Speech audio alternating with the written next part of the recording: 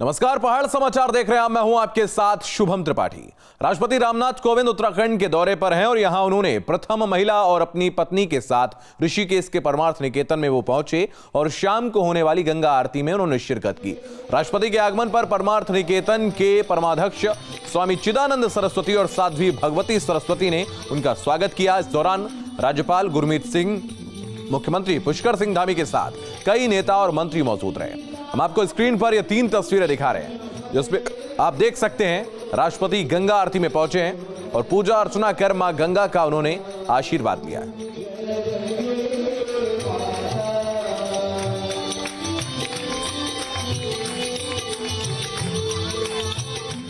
ये 3 तस्वीरें हैं जिसमें आप देख रहे हैं गंगा आरती में राष्ट्रपति पहुंचे हैं। उनके साथ में प्रथम महिला मौजूद हैं, राष्ट्रपति की धर्मपत्नी हैं और मां गंगा की आरती करते हुए नजर आ रहे हैं राष्ट्रपति। तस्वीर में उनके साथ में राज्यपाल भी उत्तराखंड के मौजूद हैं। और तीसरी तस्वीर में आप देखिए भजनों के साथ में एक समागम पूरा नजर आ रहा है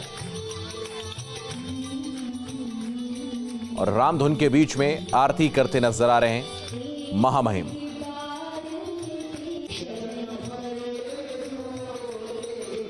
तो गंगा आरती में राष्ट्रपति शामिल हुए हैं, ये तस्वीरों में आप देख रहे हैं।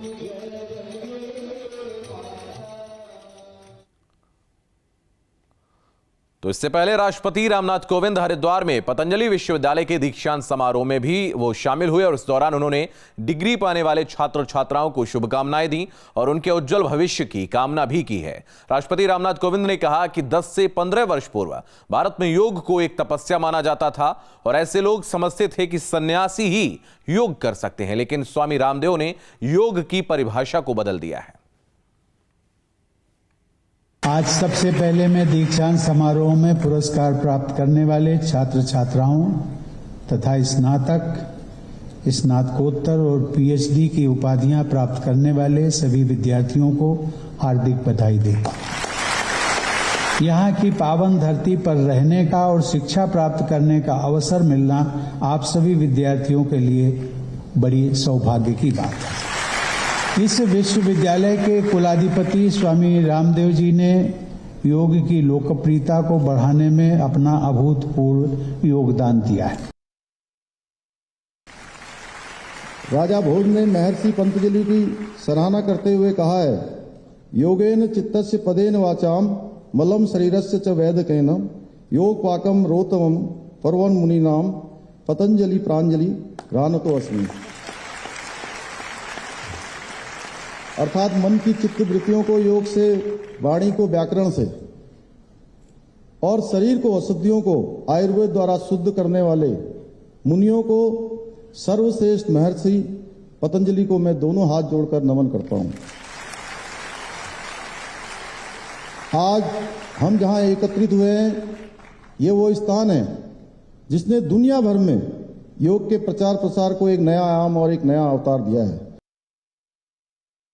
जो मन में एक सपना था कि हम ऐसे बच्चे तैयार करेंगे जो आगे चल करके अपनी ऋषि परंपरा के प्रतिनिधि बन करके केवल एक व्यक्ति नहीं, अपने हृदय में भाव संजो करके कि मैं भारत माता का प्रतिनिधि हूं, अपनी भारत माता का माथा मैं कभी नहीं झुकने दूंगा।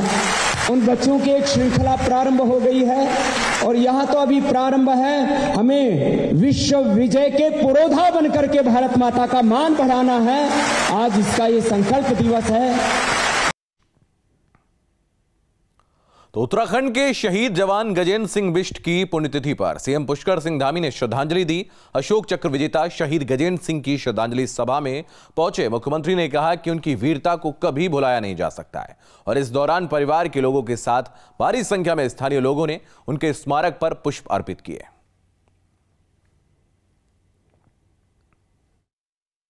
शहीद गजेंद्र बिष्ट जी की इस पुण्यतिथि पर मैं उनकी शहादत को नमन करता हूं। मैं उनको अपनी श्रद्धांजलि अर्पित करता हूं, जिन्होंने देश की एकता के लिए, देश की अखंडता के लिए अपने प्राणों का बलिदान दिया और सर्वोच्च बलिदान दिया। मैं बार बार उनको नमन करता हूं। शहीद गजेंद्र बिष्ट जी की आज 13वीं पुण्यतिथि है। इस पुण्यतिथि के अवसर पर जो उन्होंने हमारी देश की एकता अखंडता के लिए अपने प्राणों का बलिदान दिया, हम सभी उनको नमन करते हैं और निश्चित रूप से उनके जो बताए हुए मार्ग हैं उस मार्ग पर हम लोग चलेंगे और उनके परिजनों का हर प्रकार से जो भी सहयोग हो पाएगा, हमारी सरकार हर प्रकार से उनके परिजनों के साथ खड़ी है और हम शहीदों के लिए निश्चित रूप से वो हमारे हमेशा स्मरण में रहे। गोपेश्वर में आम आदमी पार्टी के सीएम उम्मीदवार कर्नल कोठियाल ने विशाल रोजगार अधिकार जनसभा को संबोधित किया और इस दौरान उन्होंने उत्तराखंड के मुख्यमंत्री पुष्कर सिंह धामी पर जोरदार हमला बोला। उन्होंने कहा कि जनता पुष्कर धामी को कह रही कुछ कर रही धामी, जनहित के मुद्दों बेरोजगारी, महिला सशक्तिकरण, पलायन पर कुछ कर रही है और धामी कह रही है। उन्होंने कहा कि चुनाव के बाद आम आदमी पार्टी की सरकार आ रही है जो जनता से किए अपने सभी वादों को पूरा करेगी।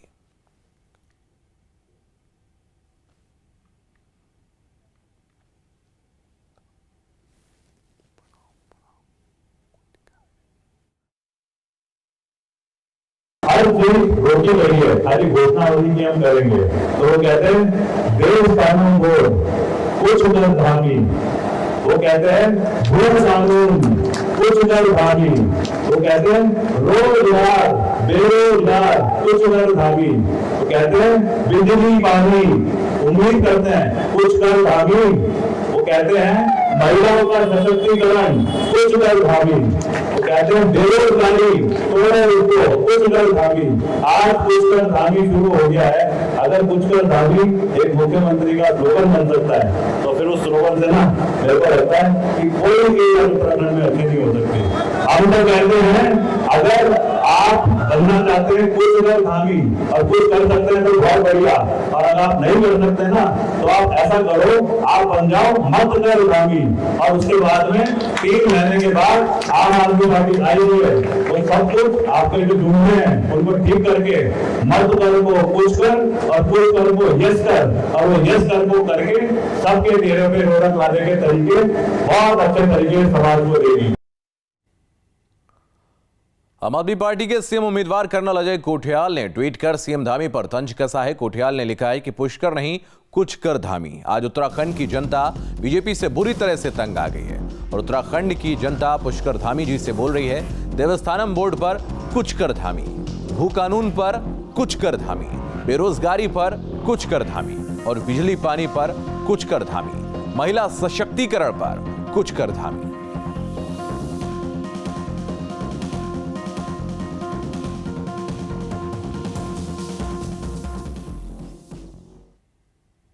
तो उत्तराखंड आम आदमी पार्टी के सीएम उम्मीदवार कर्नल अजय कोठियाल ने जोशीमठ में सरकार बनने पर अपनी योजनाओं को जनता के सामने रखा और लोगों से सरकार बनाने में मदद की अपील की। उन्होंने क्या कुछ कहा है, सुनिए।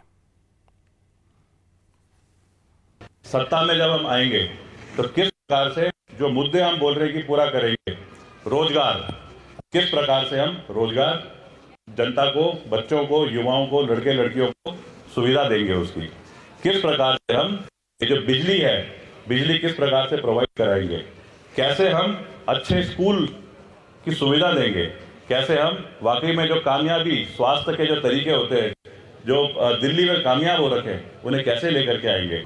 आप सब जरूर, मेरे को यकीन है कि मेरे को सपोर्ट करोगे, आम आदमी पार्टी को सपोर्ट करोगे, और इसलिए नहीं कि हम पॉलिटिकल एंट्री कर रहे हैं, इसलिए क्योंकि हम वाकई में उत्तराखंड निर्माण के लिए जान लगा के आगे बढ़ रहे हैं।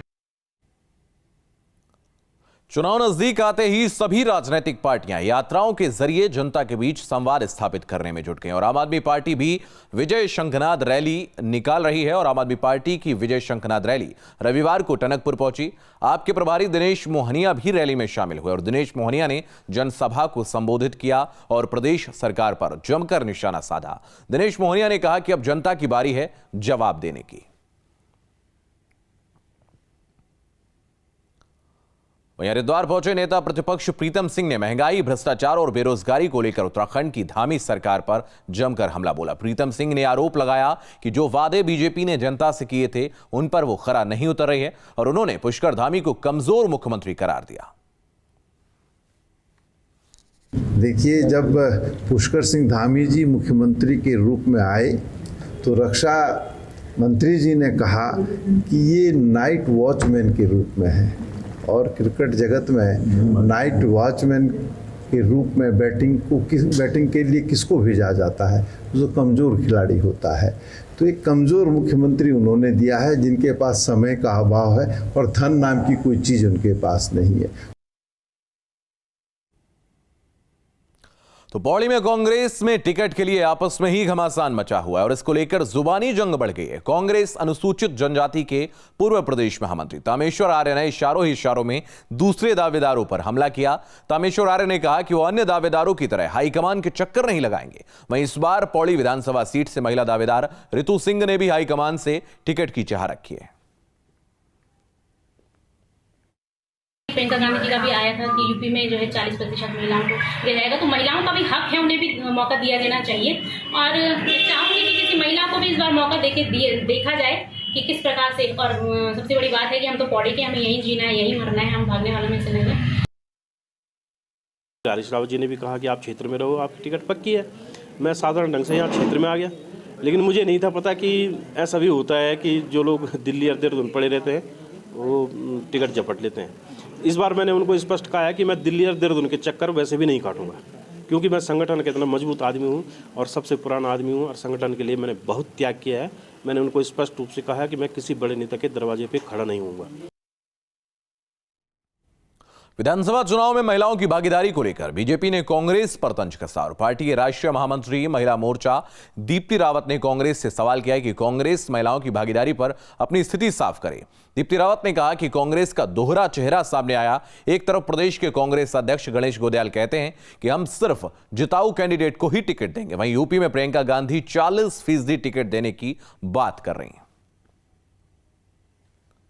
कांग्रेस का एक दोहरा चेहरा हमारे सामने आया है। वो पहले बात करते हैं और कहते हैं कि उनके पूर्व जो अध्यक्ष रहे हैं प्रदेश के, वो कहते हैं किशोर उपाध्याय जी कि हम 70 की 70 सीटों पर महिलाओं को टिकट देंगे।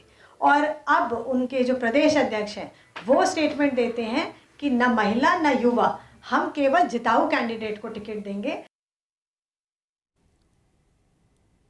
उत्तराखंड प्रदेश राज्य बनने के बाद से लगातार डॉक्टरों की कमी से जूझ रहा है। सरकारें आईं और गईं, लेकिन कोई भी सरकार पहाड़ों में डॉक्टर्स को भेजने में कामयाब नहीं हुई है। मरीजों को अस्पताल जाने के लिए कई किलोमीटर की दूरी तय करनी पड़ती है। डॉक्टर्स की कमी को लेकर चिकित्सा शिक्षा मंत्री धन सिंह रावत ने कहा कि 2022 तक प्रदेश के नए मेडिकल कॉलेज में चिकित्सा शिक्षा विभाग 300 से अधिक असिस्टेंट प्रोफेसर की नियुक्ति करेगा।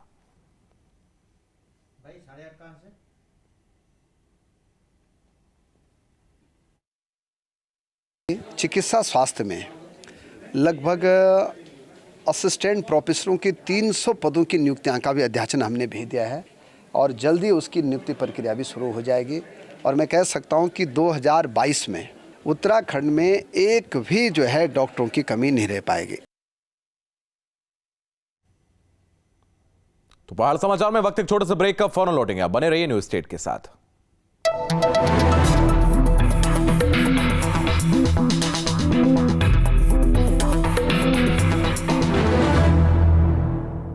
तो एक बड़ी खबर आपको बता दें, हरिद्वार से बड़ी खबर सामने आ रही है। राष्ट्रपति की सुरक्षा में लगे 7 पुलिसकर्मी कोरोना पॉजिटिव। इस वक्त की बड़ी खबर, राष्ट्रपति के दौरे पर ड्यूटी में तैनात थे पुलिसकर्मी।